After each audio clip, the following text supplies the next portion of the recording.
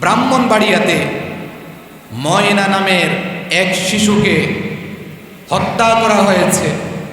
হত্যা করে তার লাশকে মসজিদে নিয়ে এসে মসজিদের ছাদের উপরে রেখে গিয়েছে। কিন্তু পরবর্তীতে দেখা গেল মসজিদের ছাদের উপরে রেখে গিয়েছে, এই কারণে পুলিশ এসে মসজিদের ইমাম সাহেবকে নিয়ে গেছে, তুলে মুয়াজ্জিন সাহেবকে ধরে নিয়ে গেছে। ইমাম সাহেবকে 3 দিনের রিমান্ড দিয়েছে, মুয়াজ্জিন সাহেবকে 2 দিনের রিমান্ড দিয়েছে। অথচ এই সকল ঘটনার সাথে, ময়নার হত্যার সাথে ইমাম সাহেব কিংবা মুয়াজ্জিন সাহেবের কোনো সাদৃশ্যতা নাই, এখানে তাদের কোনো সংযুক্ত নাই। অথচ আজকে এখন মিডিয়ার মাধ্যমে আমরা যেটা জানতে পেরেছি, ময়নার মা তার চাচার সাথে পরকীয়ায় লিপ্ত হয়েছে। আর পরকীয়ার এই সুবাতাস যখন বয়েছে, পরকীয়ার এই ছত্রছায়ায় তারা নীরবে নিবৃতে যখন তারা সময় কাটাচ্ছিল, আর সেই সময় ময়নার অপরাধ হলো তাদের সেই নির্জনের সময় তাদেরকে দেখে ফেলা। আর ওই সময় ময়নার মা, যে মা তাকে জন্ম দিয়েছে, সেই মা এবং তার চাচা মিলে সে ময়নাকে হত্যা করেছে। হত্যা করে লাশটাকে মসজিদের ছাদের উপরে এসে রেখে গিয়েছে।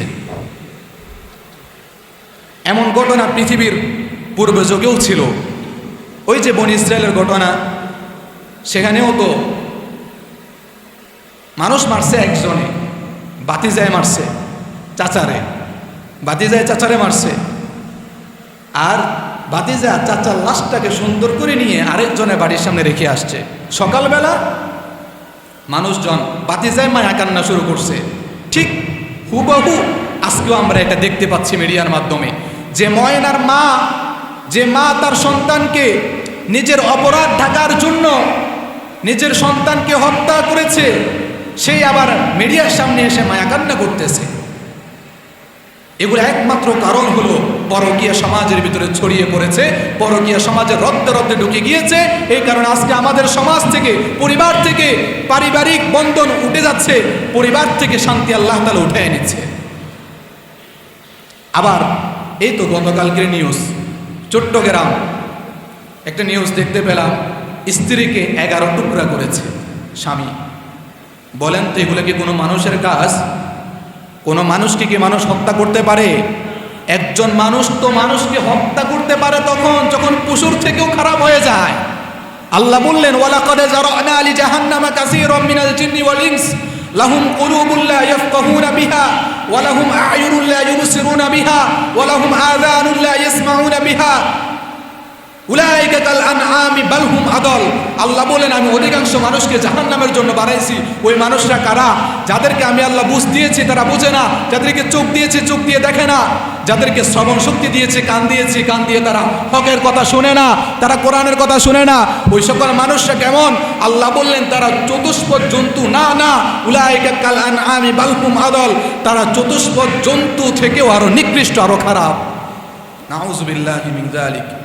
আজকে সমাজের ভিতরে সেটাই ছড়িয়ে পড়ছে। স্ত্রীকে 11 টুকরা করছে, স্ত্রীকে হত্যা করছে, স্বামীকে হত্যা করছে, স্বামী স্ত্রী পরকীয়ায় জড়িত হয়, নিজের সন্তানকে হত্যা করছে। এগুলো তো কোনোদিন একটি সভ্য জাতির ভিতরে, একটি সভ্য সমাজের ভিতরে এমন ঘটনা ঘটতে পারে না। সমাজ যখন পরকীয়ায় সয়লাব হয়ে যায়, সেই সমাজের ভিতরে এমন নৃশংস ঘটনা, এমন নৃশংস কাজ ঘটে। কথা বলেন ঠিক কিনা? আল্লাহ নবী, বিশ্ব নবীর রহমাতুল লিল আলামিন পৃথিবীতে আসার পূর্বেই তার বাবা পৃথিবী থেকে বিদায় হয়ে চলে গিয়েছেন। আবার নবীজি পৃথিবীতে আসার পরে কিছুদিন পরে তার মাও ইন্তেকাল করেছেন। নবীজির দায়িত্ব নিয়েছেন নবীজির দাদা, কিন্তু কিছুদিন পর নবীজির দাদাও পৃথিবী থেকে চলে গিয়েছেন। নবীজির দাদাও চলে যাওয়ার পরে আল্লাহ নবী, বিশ্ব নবী রহমাতুল লিল আলামিনের দায়িত্ব গ্রহণ করলেন তার চাচা। সেই চাচা আবু তালেব আল্লাহ নবীকে আগলিয়ে রেখেছেন। আল্লাহ নবীর বিপদের সময় সহযোগিতা করেছেন, পাশে দাঁড়িয়েছেন, সাহায্য করেছেন। মক্কার জমিনে আল্লাহ নবী, বিশ্ব নবী নবুয়ত প্রাপ্ত হওয়ার পর কাফেরদের কাছে যখন ঈমানি বার্তা নিয়ে দাওয়াত দিয়েছেন, কোরআনের কথা বলেছেন, আল্লাহর প্রতি ঈমান আনয়ন কথা বলেছেন, তখন মক্কার কাফেররা নবীদের উপরে বিভিন্নভাবে আক্রমণ করতে চেয়েছিল, কিন্তু আল্লাহ নবীর চাচা আবু তালেবের জন্য পারে নাই। বারবার আল্লাহ নবীর চাচা নবীজিকে আগলিয়ে রেখেছেন।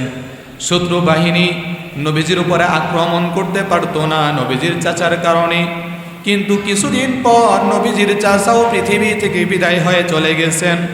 আল্লাহ নবীর চাচা পৃথিবী থেকে চলে যাওয়ার পর পৃথিবীর ভিতরে সব থেকে নবীজির কাছের মানুষ ছিলেন আমাদের মা আম্মাজান খাদিজাতুল কুবরা রাদিয়াল্লাহু তাআলা আনহু। খাদিজাতুল কুবরা রাদিয়াল্লাহু তাআলা আনহুকে আল্লাহর নবী যখন বিবাহ বন্ধনে আবদ্ধ করে নিলেন, এই খাদিজা ছিল মক্কার ভিতরে সম্ভ্রান্ত নারী, যে খাদিজার ভিতরে আল্লাহ রাব্বুল আলামিন তাকে তাহেরা বলে ঘোষণা করেছেন, পবিত্র নারী ছিলেন। দুইজন স্বামী বিদায় হওয়ার পরে তৃতীয় স্বামী বিশ্বনবী রহমাতুল লিল আলামিনকে গ্রহণ করেছেন।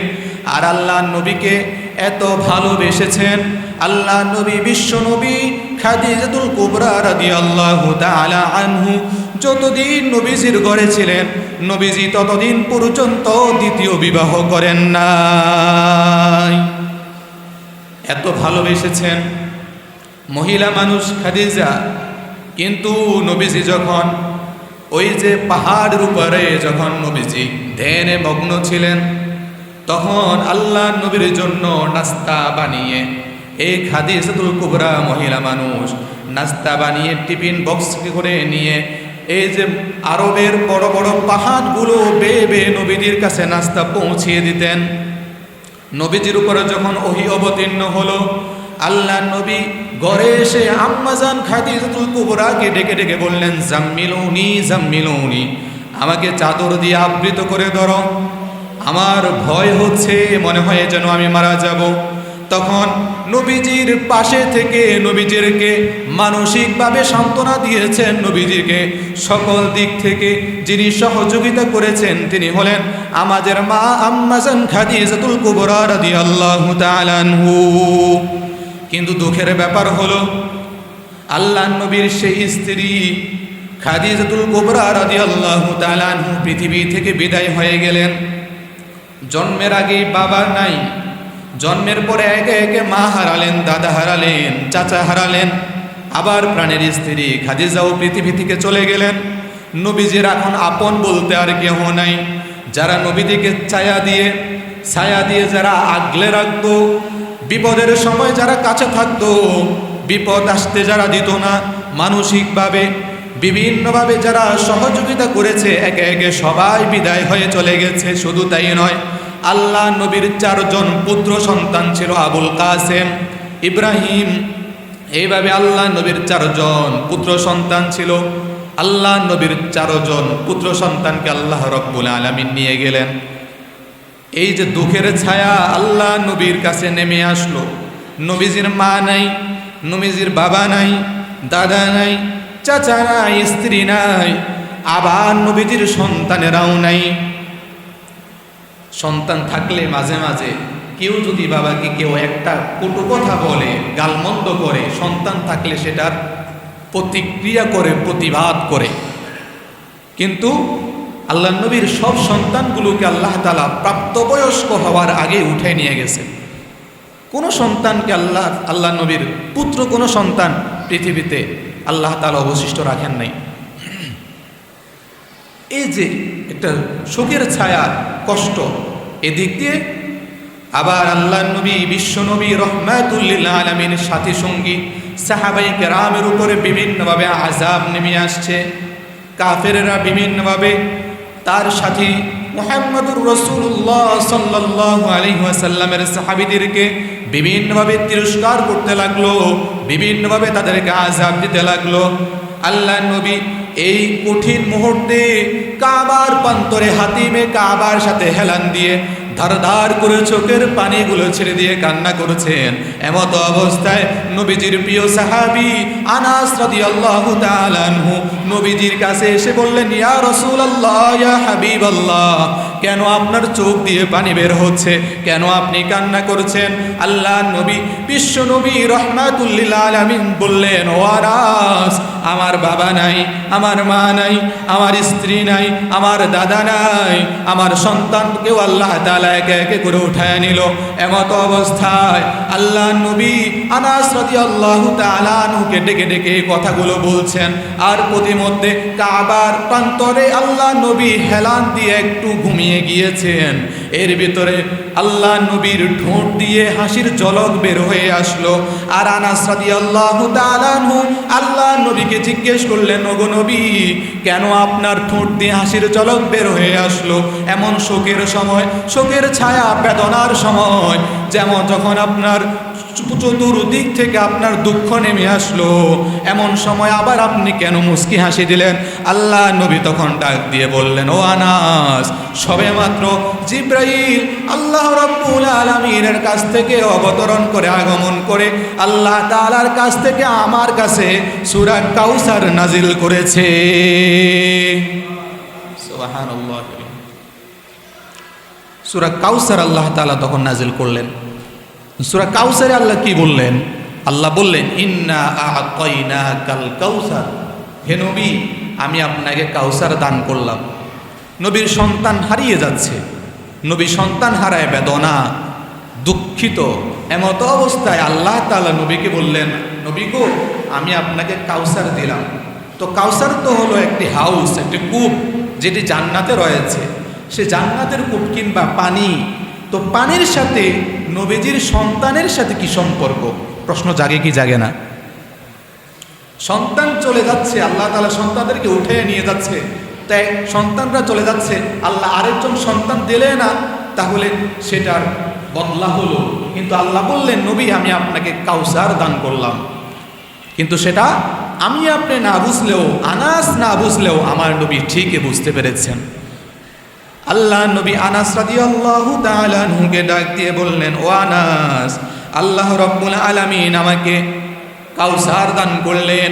ইন্না আ'তাইনাকাল কাউসার, নবী গো, আমি আপনাকে কাউসার দান করলাম। আর কাউসার পেয়ে আমি কেন খুশি হলাম? আনাস, তুমি জানো কারণ হলো নবীজি সাল্লাল্লাহু আলাইহি ওয়াসাল্লাম যে মুস্কি হাসি দিয়েছেন, এই মুস্কি হাসি দেওয়ার পিছনে 5টি কারণ, 4টি কারণ রয়েছে।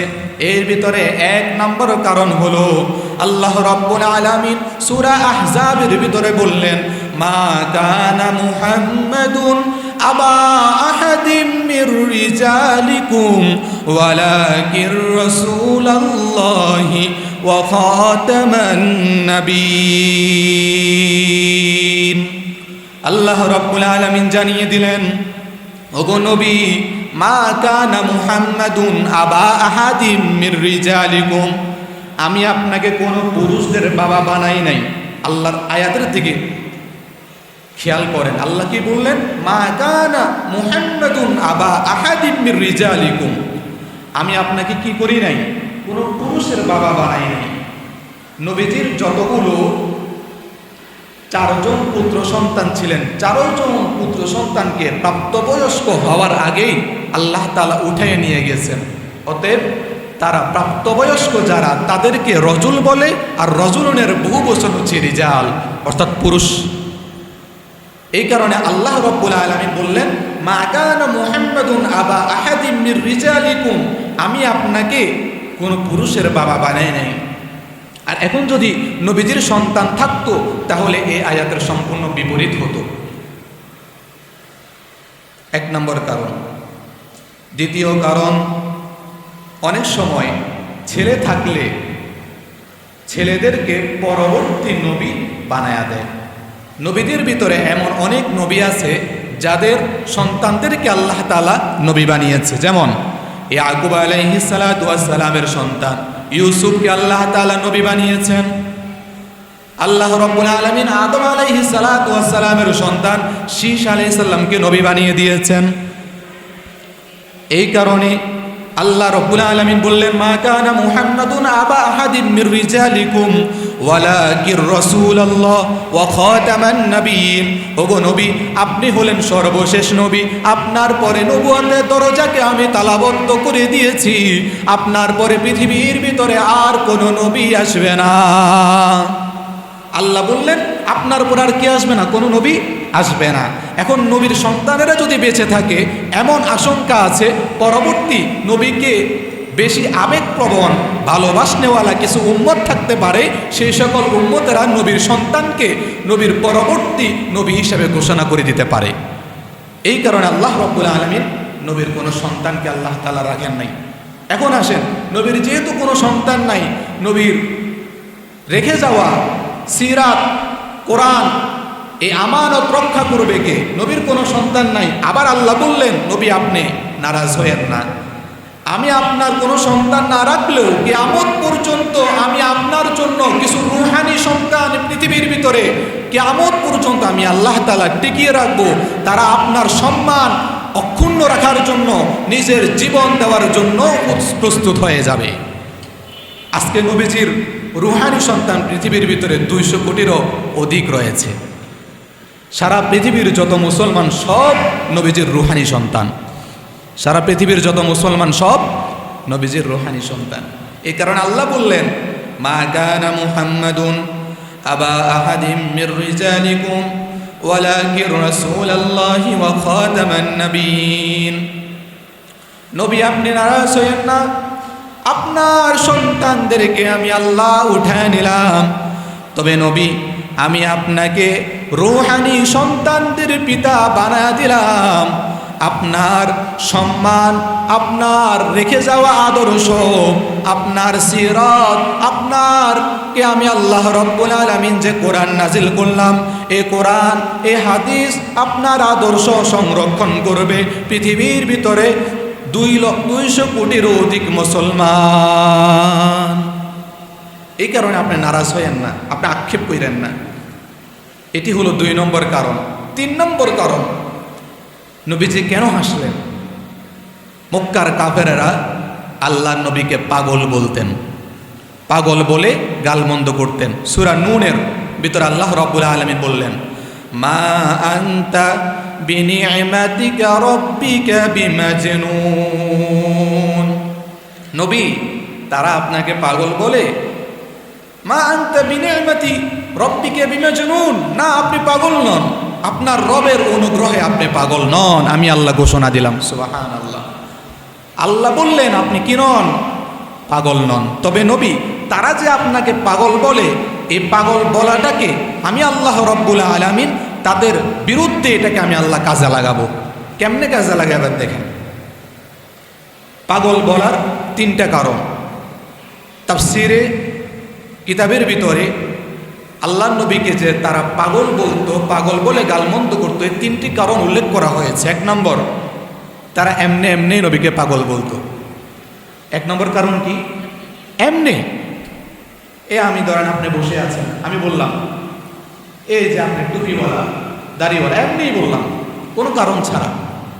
তো আল্লাহর নবীকেও তারা পাগল বলতো, এমনি পাগল বলতো। 1 নম্বর কারণ। 2য় কারণ, আল্লাহর নবীর কাছে যখন ওহী আসতো, যখন ওহী অবতীর্ণ হতো, তখন আল্লাহর নবীর অবস্থা স্বাভাবিক থাকতো না, কারণ ওহীটা অনেক ভারী ছিল। আল্লাহ তাআলা বললেন, ইন্না সানুলকি আলাইকা কাওলান সাকিলা, আমি আপনার কাছে এমন কিছু ভারী কথা, অর্থাৎ ওহী আমি আপনার কাছে অবতীর্ণ করছি। এই কারণে যখন ওহী অবতীর্ণ হতো, তখন নবীজি স্বাভাবিক অবস্থায় থাকতেন না, আর সেই অবস্থাকে ধরে তারা নবীজিকে পাগল বলতো। কারণ নবীজিকে চেনার মতো সেই বুঝ, সেই শক্তি তাদের ভিতরে ছিল না। 2 ভিক্ষুক ভিক্ষা করতে করতে যমুনা সেতুর কাছে গেছে। যমুনা সেতুর কাছে গিয়ে বলল, একজন আরেকজনকে বলতেছে, ওই দেখছো কত বড় সেতু? ও কে বানাইছে? ও জানো না, আমাদের দেশের সরকারে বানাইছে। এত বড় সেতু সরকারে বানাইছে? এত বড় সেতু, এটা তো মনে হয় 10,000 টাকার নিচে বানাইতে পারে নাই।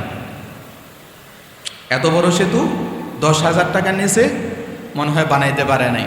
আরেকজনে বলতেছে, দূর বেটা, 10,000 টাকায় কি এত বড় সেতু হয়? কমপক্ষে 20,000 টাকা লাগছে।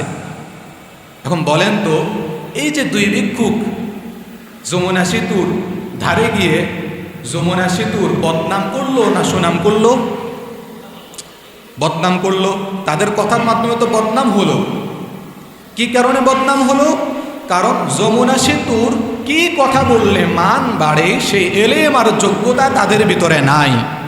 এই কারণে আল্লাহ নবীকে ও যখন ওহী অবতীর্ণ হতো, নবীজির অবস্থা যখন স্বাভাবিক থাকতো না, তখন নবীজির এই স্বাভাবিক অস্বাভাবিক অবস্থাকে বোঝার মতো সেই সকল কাফের মুশরিকদের সে বুঝ, শক্তি, জ্ঞান আর সমজ তাদের ভিতরে ছিল না।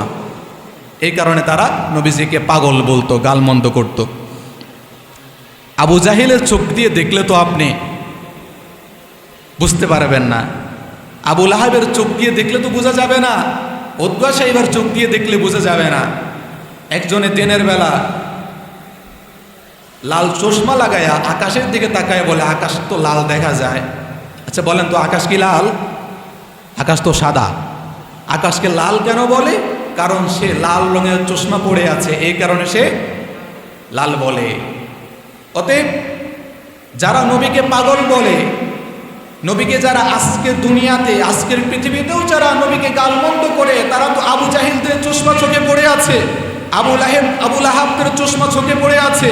আবু লাহাব, উতবা সাইবাদের চশমা পড়ে থেকে আল্লাহ নবীকে তো চিনা যাবে না। আল্লাহ নবীকে চিনতে হলে আবু বকরের চশমা চোখে লাগাতে হবে, ওমরের চশমা চোখে লাগাতে হবে, তবে আল্লাহ নবীকে চিনা যাবে। কথা বলেন ঠিক কিনা? এই কারণে তারা নবীজিকে পাগল বলতো। 2 নম্বর কারণ। 3 নম্বর কারণ, নবীজিকে কেন পাগল বলতো? কারণ নবীজি হকের কথা বলতেন। নবীজি আল্লাহর উপরে ঈমান আনয়ন করার একাত্মবাহী খোদার দাওয়াত দিয়েছেন। যখনই আল্লাহ নবীকে আল আমিন বলে সম্বোধন করেছে, 40 বছর পর্যন্ত আল্লাহ নবীর কোনো ব্যাড রেকর্ড নাই, কিন্তু 40 বছর পরে যখন আল্লাহ নবীর উপরে ওহী অবতীর্ণ হলো, আর যখন নবীজি কালিমার দাওয়াত দেওয়া শুরু করলেন, তখনই নবীজিকে গালমন্দ করা শুরু করলো। কারণ তখন তাদের নবীজির কথা তাদের বাপ দাদার বিরুদ্ধে যাচ্ছে, তাদের বাপ দাদার ধর্মের বিরুদ্ধে যাচ্ছে।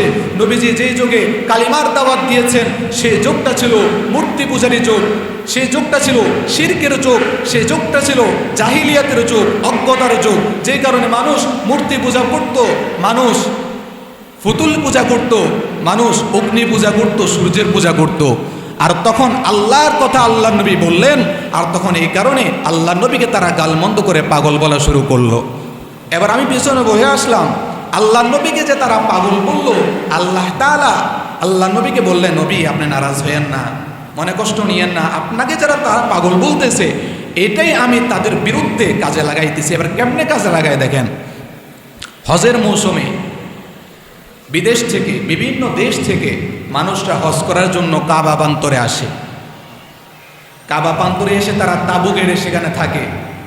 এখন আবু জাহেল, আবু লাহাব, উতবা সাইবা তারা মনে মনে ফন্দি আঁটল। তারা বলল, মুহাম্মদ যা শুরু করেছে, আমাদের মক্কার ভিতরে কালিমার দাওয়াত দেওয়া শুরু করছে, এখন যদি আবার হজের সময় হাজিদেরকে ধরে ধরে কালিমার দাওয়াত দেয়, আর তারা যদি কালিমার দাওয়াত গ্রহণ করে, তাহলে তো ইসলাম ব্যাপক আকার ধারণ করবে, মুহাম্মদের ধর্ম মানুষ জেনে ফেলবে, আর মুহাম্মদের ধর্মের উপরে মানুষ ঈমান আনয়ন করবে। কারণ আল্লাহ নবীকে তারা তো চিনত। এই কারণে তখন তারা সেই সকল বিদেশি হাজিদের কামরায় তাঁবুতে গিয়ে আবু জাহেল বলতে লাগলো, আমাদের মক্কায় একজন মানুষ আছে পাগল, তোমরা তার কথা শুনো না, তার কথা তোমরা কি করো না, শোনো না। মানুষের একটা স্বভাব আছে, যে জিনিস নিষেধ করা হয় সেটা আরো বেশি করে। কি বলেন ঠিক না? যে জিনিস নিষেধ করা হয় সেটা আরো বেশি করে। 2 নম্বর কারণ, পাগলের কথা বললে মানুষের স্বভাবজাত বৈশিষ্ট্য হলো মানুষের পাগলকে দেখতে মনে চায়। তখন তারা বলল, আমাদের নেতা আবু জাহেল তো আমাদেরকে বলল যে মক্কার ভিতরে একজন পাগল আছে, তোমরা তার কথা শুনো না, আমাদেরকে কথা শুনতে নিষেধ করছে, দেখতে তো আর না করে নাই, তো পাগলটাকে যা একটু দেখে আসি। তখন তারা আল্লাহ নবীকে দেখার জন্য গেল। আল্লাহ নবীকে যখন তারা দেখতে গেল, বিদেশের সেই সকল হাজিরা আল্লাহ নবীকে দেখতে গিয়ে চোখের পানি ছেড়ে দিতে তারা বাধ্য হয়েছে, কারণ আল্লাহ নবীকে আল্লাহ রব্বুল আলামিন এমন সুন্দর করে বানিয়েছে। আল্লাহ নবীর চুল মোবারকগুলো দেখে তারা পাগল হয়ে গিয়েছে। আল্লাহ তাআলা চেহারার ভিতরে এত সৌন্দর্যতা দান করেছে। ইউসুফ নবীকে আল্লাহ রব্বুল আলামিন এমন সৌন্দর্যতা দান করেছে, সে যুগের মানুষরা ইউসুফ নবীকে দেখে বলতো হাজা মালাকুম কারিম, এ তো মনে হয় সম্মানিত কোনো ফেরেশতা। ইউসুফ নবীকে দেখে সেই যুগের মানুষরা যদি সম্মানিত ফেরেশতা বলতে পারে, আর ইউসুফ নবীর সৌন্দর্যতা দেখে মিশরের মেয়েরা যদি ফল কাটতে গিয়ে হাত কেটে ফেলতে পারে, আর আমার আল্লাহ তার বিশ্বনবী মুহাম্মদুর রাসূলুল্লাহ সাল্লাল্লাহু আলাইহি ওয়াসাল্লামকে ইউসুফ নবীকে যত সৌন্দর্যতা দান করেছে, তার থেকে হাজার গুণ বেশি সৌন্দর্যতা আমাদের নবী বিশ্ব নবী রহমাতুল লিল আলামিনকে দান করেছে। আল্লাহ নবীর স্ত্রী আম্মা জান আয়েশা রাদিয়াল্লাহু তাআলা আনহু, বুখারী এবং মুসলিমের ভিতরে হাদিসটি রয়েছে, আল্লাহ নবীর স্ত্রী আম্মা থাকে ময়লা যুক্ত, নবীজির চুলগুলো সারিবদ্ধ পরিষ্কার পরিচ্ছন্ন, চেহারার ভিতরে নূর চমকাচ্ছে, এমন সুঠাম দেহের অধিকারী, এমন সুন্দর গঠনের আকৃতির অধিকারী মানুষ তো পাগল হতে পারে না। তখন আগে তো কানে হাত দিয়ে রাখছে, এখন হাত ছুটে বলে না, এ কি বলে একটু শুনি। আর নবীজি সাল্লাল্লাহু আলাইহি ওয়াসাল্লাম আল্লাহ রাব্বুল আলামিনের কোরআনের ভিতরে সবথেকে সুন্দর সূরা রহমান তেলাওয়াত করতেছিলেন। আর রহমান আল্লামাল কুরআন খলাকাল ইনসান আল্লামাহুল বায়ান। তখন তারা বলল মুহাম্মদ নাকি পাগল, কিন্তু পাগলের বেশভূষা তো এমন হতে পারে না, পাগল আবার এগুলা কি বলে। আল্লাহ রাব্বুল আলামিনের এমন সুন্দর সুন্দর সূরা রহমানের তেলাওয়াত আল্লাহ নবী যখন বললেন, সূরা রহমানের তেলাওয়াত তারা শুধু কান দিয়ে শুনে নাই, আল্লাহ রাব্বুল আলামিন কানের ভিতর দিয়ে তাদের অন্তরের ভিতরে স্পর্শ করে দিয়েছে। জোরে জোরে কোন সুবহানাল্লাহ। তখন সেই সকল হাজিরা বলতে লাগলো, এই মুহাম্মদ যারা আমাদের নেতা আবু জাহেল, আবু লাহেব, উতবা সাহেবা, তারা এই মানুষটাকে নাকি পাগল বলে, তাদের কথার সাথে তো তাদের কথার সাথে তো কাজের কোনো মিল নাই, এ মানুষ তো পাগল হতে পারে না, এই মানুষ যে কথাগুলো বলে এগুলো তো পাগলামি হতে পারে না, এগুলা তো পাগলের কথা হতে পারে না, এগুলা তো মানুষের বানানো কোনো কথা হতে পারে না, এগুলা মহান রব্বুল আলামিন এই পৃথিবীর সৃষ্টিকর্তা যিনি রব্বুল আলামিন তিনি এগুলাকে নাজিল করেছেন। অতএব আমরা মুহাম্মদকে শুধু ভালোবাসবই না, মুহাম্মদের আদর্শ শুধু আমরা নিজেরা গ্রহণ করব না, মুহাম্মদের আদর্শকে আমরা লালন করে পালন করে বাপদাদার দেশে আমরা মুহাম্মদের আদর্শকে আমরা নিয়ে যাব। জোরে জোরে কোন সুবহানাল্লাহ। এই যে আল্লাহ তাআলা তারা যে পাগল বলল, এই পাগল বলাটা কি আল্লাহ তাআলা তাদের বিরুদ্ধে কাজে লাগিয়েছে। তখন আল্লাহ রাব্বুল আলামিন এর মাধ্যমে ইসলামকে ছড়িয়ে দিয়েছে সারা পৃথিবীর ভিতরে। এরপরে আল্লাহ রাব্বুল আলামিন বললেন, আল্লাহ রাসূল সাল্লাল্লাহু আলাইহি ওয়াসাল্লামকে তারা পাগল বলে আখ্যায়িত করেছে। আচ্ছা বলেন তো, আল্লাহ তাআলা আল্লাহ রসুলের সম্মানকে জমিনের ভিতরে অক্ষুণ্ণ রাখবে? পৃথিবীর কোনো মুশরিক, কোনো কাফের কি আল্লাহ নবীর সম্মানকে লাঞ্ছিত করতে পারবে? আল্লাহ রাব্বুল আলামিন কোরআনের ভিতরে বললেন, ওয়ামাকারু ওয়ামাকারাল্লাহ ওয়াল্লাহু খায়রুল মাকিরিন। তারা ষড়যন্ত্র করে, আর আমি আল্লাহ হলাম উত্তম পরিকল্পনাকারী। তারা ষড়যন্ত্র করে কিছুই করতে পারবে না, আমি আল্লাহ তাআলা উত্তম পরিকল্পনা করে রেখে দিয়েছি। এরপরে এই যে আল্লাহ নবী তখন খুশি অবস্থায় রয়েছেন, কেন? আল্লাহ তাআলা আল্লাহ নবীকে কাউসার দান করলেন। এখন আসেন, কাউসার তো আল্লাহ নবীকে দান করলেন, কাউসার পেয়ে আবার কেন খুশি হলেন? কাউসার পেয়ে আল্লাহ নবী খুশি হলেন কারণ কিয়ামতের ময়দানে মানুষ সব থেকে বেশি পানির কদর বুঝতে পারবে। আজকে পৃথিবীতে আমরা যদি পানি না পাই তখন আমরা বাঁচতে পারি না।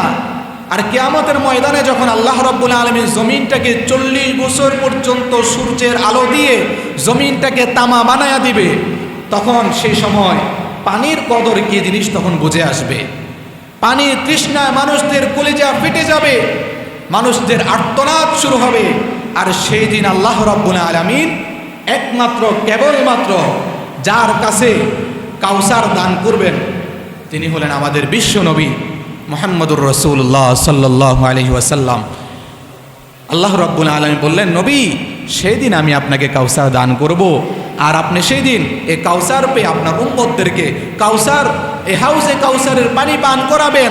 আর আমি আল্লাহ বললাম, আপনার উম্মত যে উম্মত হাউজে কাউসারের এক ফোঁটা পানি পান করবে, আমি আল্লাহ রাব্বুল আলামিন যতক্ষণ না পর্যন্ত জান্নাতে না যাবে ততক্ষণ পর্যন্ত ওই উম্মতের ওই বান্দার আর কোনো পানির তৃষ্ণা আর লাগবে না।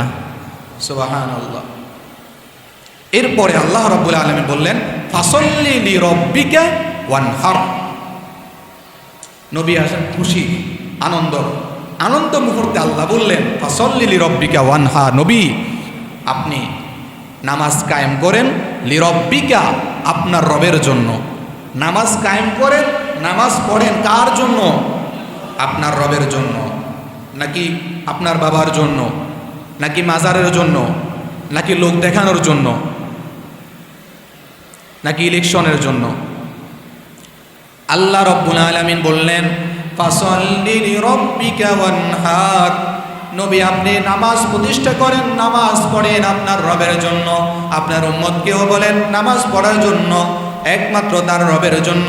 কারণ নামাজ আমরা পড়বো আমাদের রবের জন্য, নামাজ আমরা মানুষকে দেখানোর জন্য পড়বো না, নামাজ আমরা অন্য কারোর জন্য পড়বো না, ইবাদত আমরা গায়রুল্লাহর জন্য করবো না। ইবাদত নামাজ কুরবানি আমাদের যাবতীয় ইবাদত হবে একজনের জন্য। চিৎকার করে বলেন তিনি কে? তিনি হলেন আমাদের রব আল্লাহ রাব্বুল আলামিন। এরপরে আল্লাহ বললেন ওয়ানহার, কি করেন আপনি? কোরবানি করেন। কোরবানি মানে কি? শুধু পশু জবাই দেয়া? শুধু পশু জবাই দেয়াই কোরবানি নয়। কোরবানি মানব জীবনে অনেকগুলো কোরবানির দিক রয়েছে। এক নম্বর, পারিবারিক জীবনে যে সকল কোরবানি রয়েছে, এক নম্বর হলো মা বাবার সাথে কোরবানি। এখন মা বাবার সাথে কোরবানি কি মা বাবারে ধরে জবাই করা? না, মা বাবার সাথে পারিবারিক জীবনে কোরবানি হলো মা বাবার প্রতি প্রথম কোরবানি। তো প্রথম কোরবানি আপনি মা বাবার সাথে করবেন কেমনে?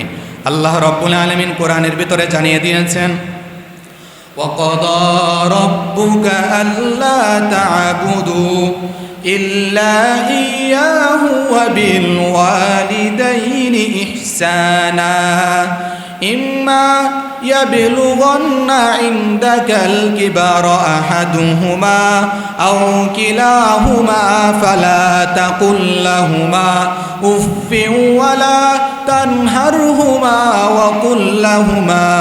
وقل لهما قولا كريما। আল্লাহ রাব্বুল আলামিন বললেন, ওয়াকাদা রাব্বুকা, ও নবী আপনার রব ফয়সালা দিবে না, ফয়সালা দিয়ে দিয়েছে।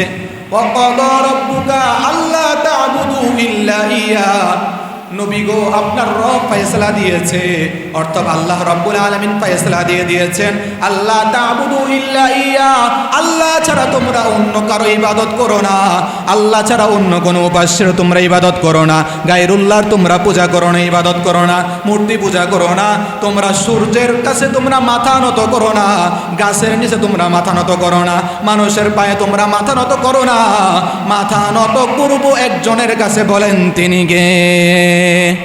আল্লাহ বলেন আল্লাহ তা'বুদু ইল্লা ইয়া, আল্লাহ ছাড়া অন্য কারো ইবাদত করো না। ওয়াবিল আল্লাহ তা'বুদু ইল্লা ইয়াহু ওয়া বিল ওয়ালিদাইনি ইহসানা, আল্লাহ বললেন কি করো?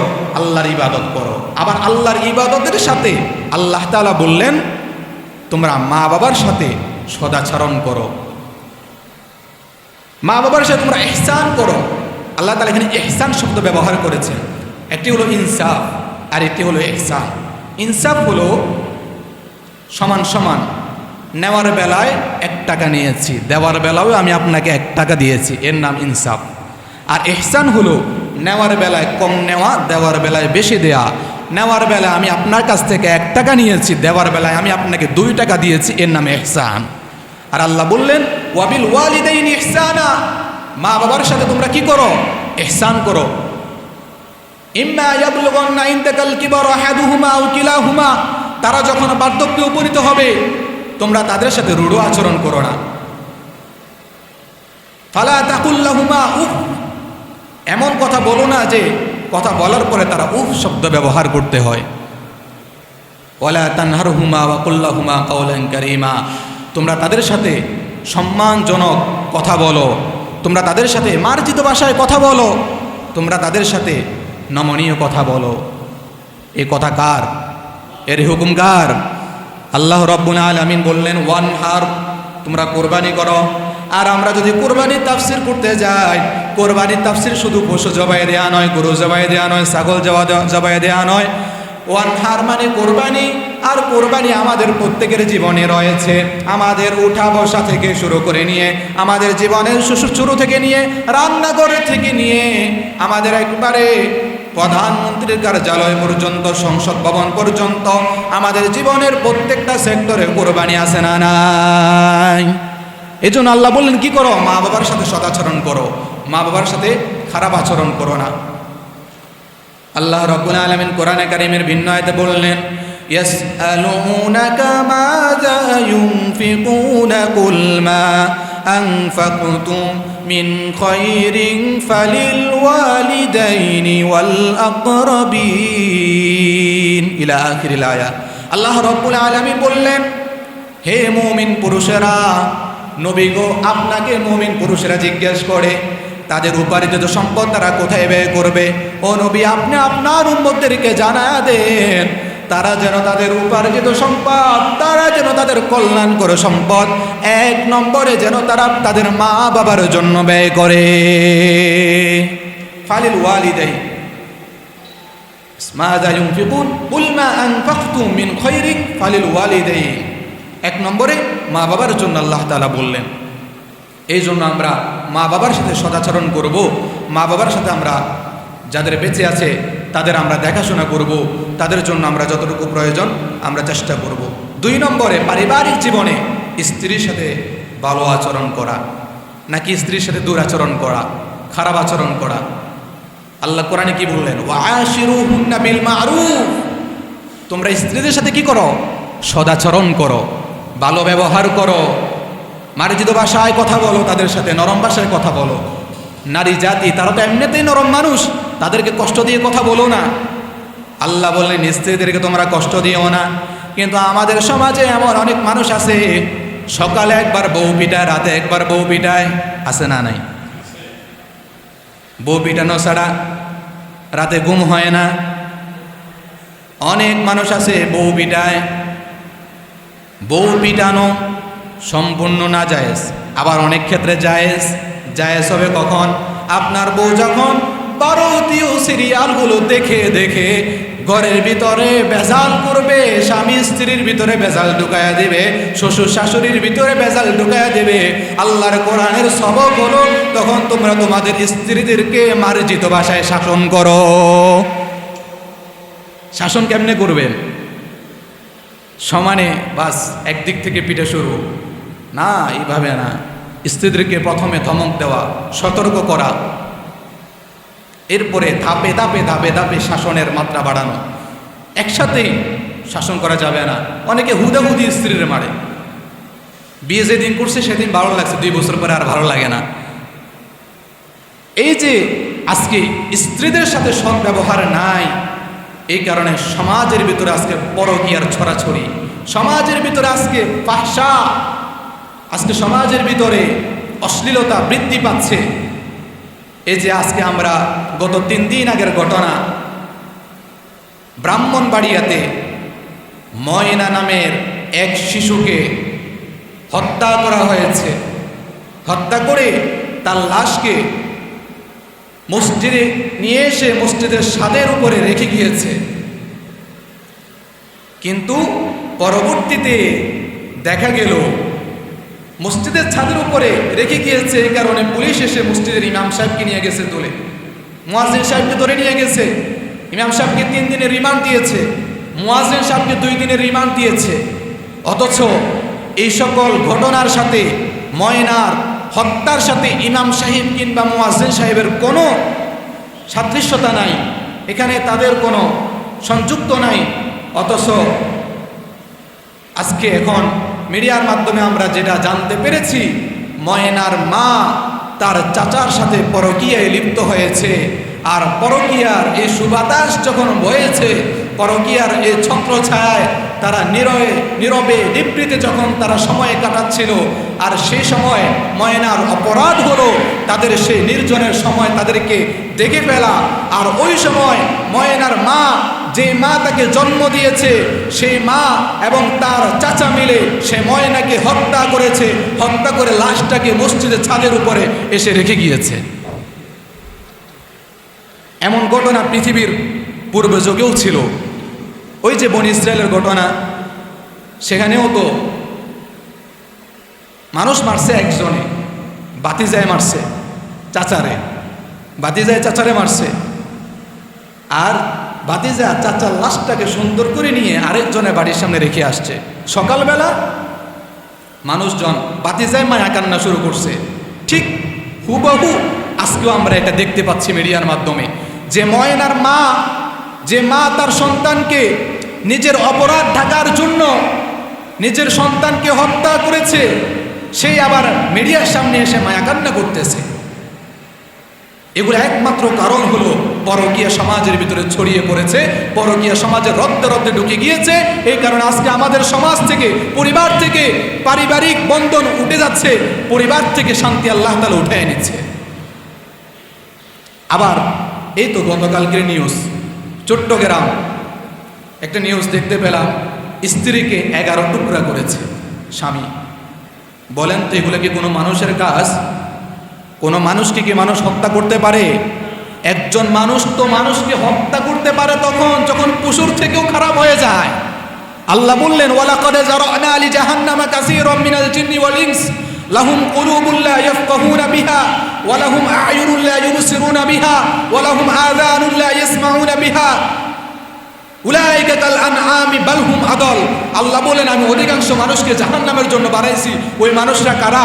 যাদেরকে আমি আল্লাহ বুঝ দিয়েছি তারা বোঝে না, যাদেরকে চোখ দিয়েছি চোখ দিয়ে দেখে না, যাদেরকে শ্রবণ শক্তি দিয়েছি কান দিয়েছি কান দিয়ে তারা হকের কথা শুনে না, তারা কোরআনের কথা শুনে না।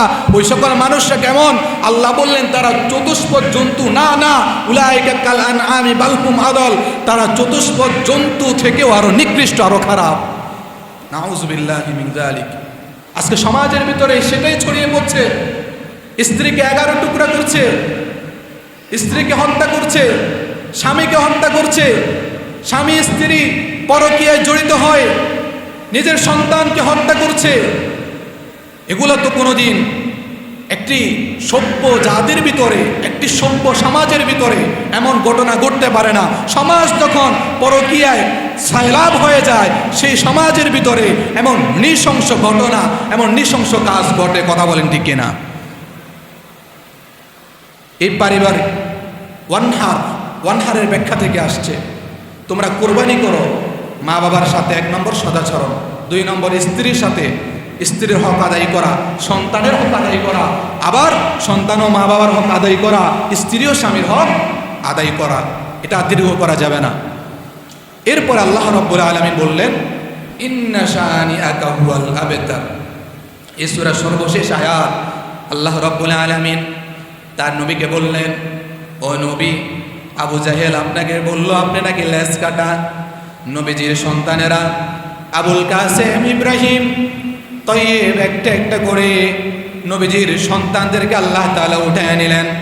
আর কাফের মুশরিকেরা নবীজিকে গাল মন্দ করতে লাগলো, নবীজির কোনো ছেলে সন্তান নাই, নবীজির বংশ টিকে থাকবে কিভাবে? নবীর বংশ থাকবে না। আল্লাহ রাব্বুল আলামিন জানিয়ে দিলেন, ও নবী, আপনি গোসা হইয়েন না, আপনি রাগ করেন না, আপনি দুঃখগ্রস্ত হইয়েন না, হতাশাগ্রস্ত হইয়েন না। যে আবু জাহেল, যে কাফেরেরা আপনাকে লেজ কাটা বলেছে, আপনাকে যারা নির্বংশ বলেছে, আমি আল্লাহ রাব্বুল আলামিন ঘোষণা দিয়ে দিলাম, ইন্না শানিআকা হুয়াল আবতার। ওই সকল কাফেরদেরকে আমি আল্লাহ নির্বংশ আর লেজ কাটা বানিয়ে দিলাম। আজকে দেখেন, সে আবুল আহাবদের, সে আবু জাহিলদের নাম নেওয়ার মতো কাউকে পাবেন খুঁজে জমিনে? কাউকে আজকে পাবেন না। সে আবু জাহেলের বাড়ি আজকে হাজিরা সেখানে গিয়ে পায়খানা করে, সেটাকে বাথরুম, চৌষাগার হিসাবে সেটাকে নির্মাণ করা হয়েছে।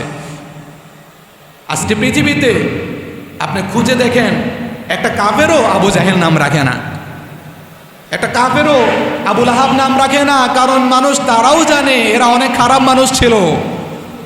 আল্লাহ রাব্বুল আলামিন আল্লাহ নবীকে এইভাবে সম্মানিত করেছেন। আল্লাহ বলেন, ওগো নবী, আপনার কোনো ভয় নাই, আপনার দুশ্চিন্তাগ্রস্ত হওয়ার কোনো কারণ নাই। আপনার বাবা চলে গিয়েছে, মা চলে গিয়েছে, দাদা চলে গিয়েছে, চাচা চলে গিয়েছে, যে স্ত্রী আপনাকে আগলে রাখতো সেই স্ত্রীও চলে গিয়েছে। আপনি বারাক্রান্ত হইয়েন না, আপনার সাথীদের উপরে জুলুম চলছে, এটাই চলবে। কারণ ইমানদারের ইমান যত মজবুত থাকবে, আল্লাহ তাআলার পক্ষ থেকে তত বেশি কঠিন পরীক্ষা হবে।